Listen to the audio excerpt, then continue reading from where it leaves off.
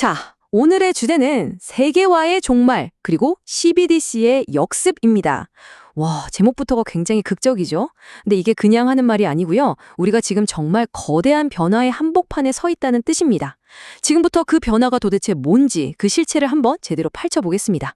세계화는 실패했다. 이 한마디, 이게 그냥 나온 말이 아닙니다. 지난 수십 년 동안 우리가 알던 그 시스템을 설계했던 바로 그 장본인들, 그러니까 세계 경제 포럼에서 나온 말이에요. 우리가 만든 거 실패했습니다. 라고 인정한 거죠. 이게 뭐 정책 하나가 좀 잘못됐다 이런 수준의 얘기가 절대 아니고요. 그냥 게임의 판 자체가 완전히 뒤집혔다는 선언이나 마찬가지입니다. 네, 그래서 첫 번째 파트입니다. 게임은 끝났다. 여기서 말하는 게임이 뭐냐? 바로 지난 수십 년간 세계 경제를 굴러가게 했던 세계화라는 룰을 말하는 겁니다. 아니, 그렇게 당연하게 생각했던 이 시스템이 왜 갑자기 실패했다고 하는 건지 그 이유부터 한번 제대로 짚어보죠. 자, 이 표를 한번 보세요. 기존의 게임과 새로운 게임이 어떻게 다른지 딱 보이죠? 옛날 규칙은 진짜 간단했어요. 그냥 어디가 제일 써? 썬 데 가서 공장 짓자. 이게 바로 오프쇼어링이었잖아요. 근데 이제는 그게 실패한 정책이 되어버렸습니다. 새로운 게임의 목표는 완전히 반대예요. 이제는 우리나라 노동자부터 챙기고 암호하거나 거래하는 게 아니라 믿을 수 있는 친구 나라들하고만 손잡겠다. 바로 리쇼링, 프렌드쇼링이죠. 말 그대로 시스템을 그냥 근본부터 리셋해버리는 겁니다. 지난 80년 동안 세상은 정말 단순한 역할놀이 같은 거였어요. 중국은 세계의 공장 역할, 유럽은 열심히 물건 사주는 세계의 소비자, 일본은 돈 빌려주는 세계의 은행이었고요. 그리고 미국은 페트로달러를 꽉 쥐고 세계의 경찰 노릇을 했죠. 다들 자기 역할에 충실하니까 이 시스템이 잘 굴러갔단 말이죠. 근데 이제 이 판이 깨진 거예요.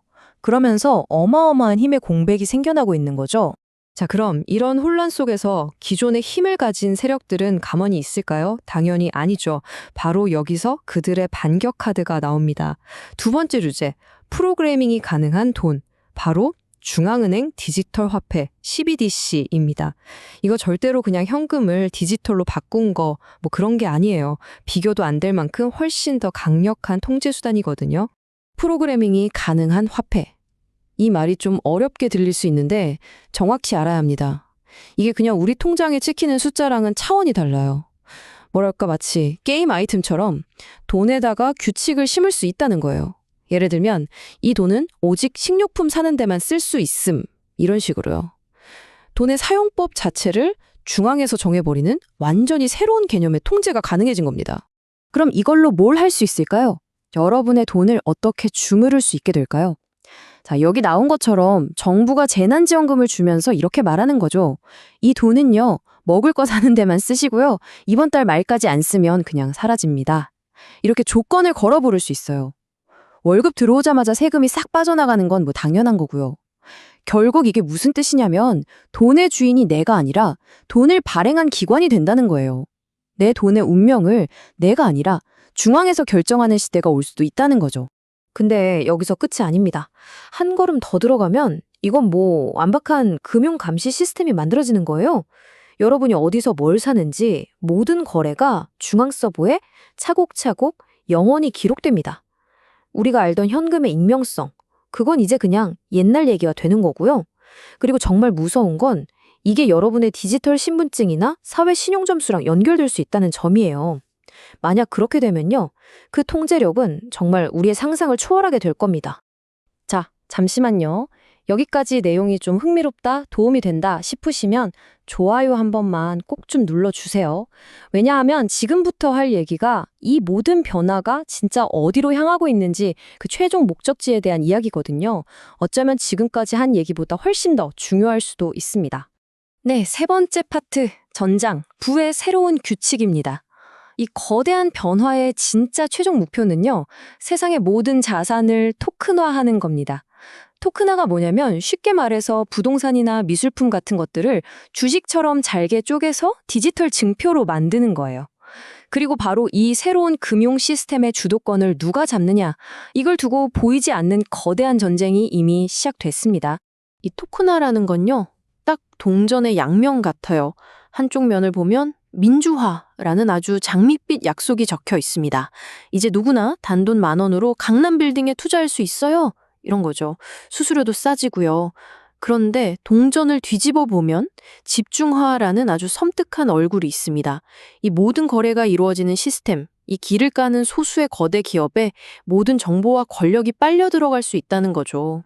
세계에서 가장 큰 자산운용사죠. 블랙록의 CEO 레리 핑크가 바로 이렇게 말했습니다.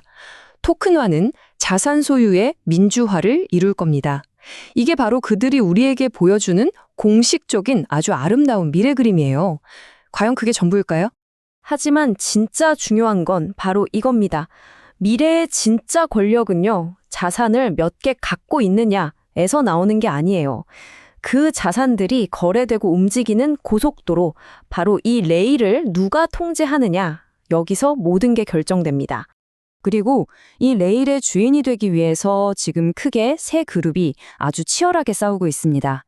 첫 번째, 기존 은행들. 이들은 CBDC를 통해서 어떻게든 살아남으려고 발버둥 치고 있고요. 두 번째, 블랙록 같은 거대 자산운용사들. 이들은 아예 새로운 판, 새로운 레일을 직접 깔아서 시스템 전체를 먹으려고 하고 있죠. 그리고 마지막 세 번째, 암호화폐 진영입니다. 이들은 탈중앙화된 더 열린 시스템으로 이 거대한 권력에 맞서 싸우려고 하고 있습니다. 자, 이제 마지막 장입니다. 이 모든 거대한 싸움 속에서 미래의 권력은 과연 최종적으로 누구의 손에 들어가게 될까요? 89%. 이 숫자가 뭘 의미할까요? 세계 최대 자산 운용사인 블랙록에 돈을 맡긴 투자자들이 있죠. 그 사람들이 직접 자기 권리를 행사한 건 11%뿐이었어요. 나머지 89%는 블랙록이 알아서 대신 행사했다는 겁니다. 자산 소유의 민주화라는 그럴듯한 말 뒤에 이미 얼마나 거대한 힘이 소수에게 집중되어 있는지 보여주는 거죠. 토큰화 시대가 오면 이런 현상은 아마 훨씬 더 심해질 겁니다. 그래서 마지막으로 여러분께 이 질문을 던지면서 마무리하겠습니다. 모든 자산이 디지털 조각이 되고 여러분이 쓰는 모든 돈이 중앙에서 통제되는 미래. 그런 세상에서 과연 여러분의 부는, 여러분의 자산은 정말로 여러분의 것이라고 할 수 있을까요? 한번 깊이 생각해 볼 문제입니다.